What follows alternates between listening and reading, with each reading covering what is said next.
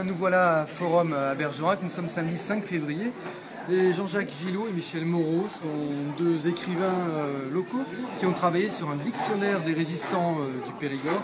Et donc ils sont en train de faire une signature cet après-midi.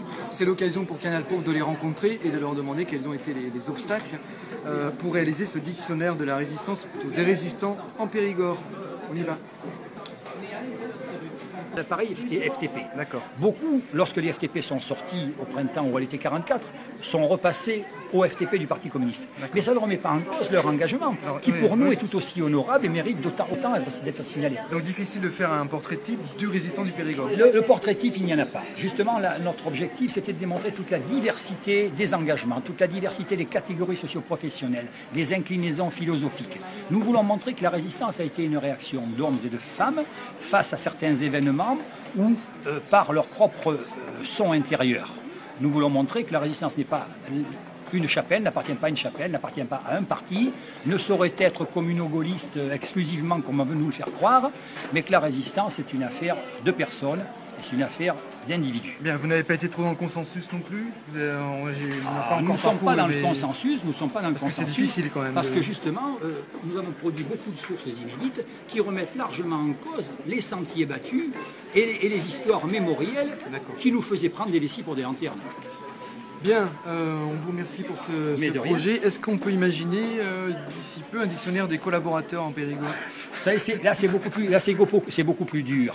Parce que faire un dictionnaire où on ne citerait pas les gens, où ils seraient désignés, ça n'a pas beaucoup d'intérêt. Et par contre, s'ils sont désignés, ça porte à la vindicte publique leurs descendants qui n'y sont pour rien. Donc, si par hasard un jour... Comme le livre d'Alexandre Jardin. Voilà, mais sauf qu'Alexandre Jardin met en cause sa propre famille, donc ça le regarde. Si un jour nous faisons quelque chose au niveau de la collaboration, ce sera sur des cas où nous n'aurons pas à nous reprocher d'avoir été désagréables pour des descendants qui ne le méritent pas. Très bien. Merci. Gillot, merci beaucoup. Au revoir Philippe. Une figure féminine là dans la résistance. Est-ce que les femmes ont une place particulière? Tout à l'heure j'essayais de parler d'un résistant type, mais est-ce que dans le Périgord les femmes ont joué un rôle plus particulier qu'ailleurs?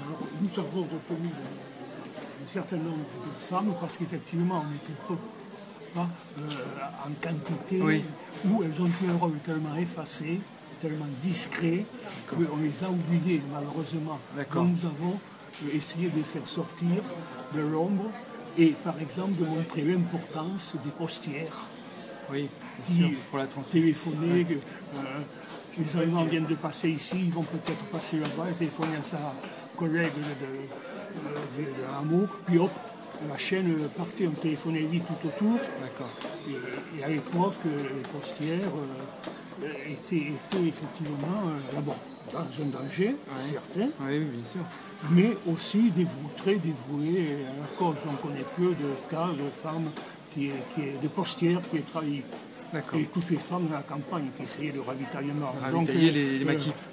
Vous me permettez de le redire, mais les femmes ont joué un rôle important. Violette m'ayant dit un jour, sans le monde agricole, nous n'aurions jamais fait ce que nous avons pu faire. D'accord. Ce sera la phrase conclusive. Monsieur Moreau, je vous remercie. C'est moi qui vous remercie. Merci beaucoup. Et pourquoi 1500? C'était une histoire de... Les 1500, c'est une histoire particulière. Là-bas, celle-là,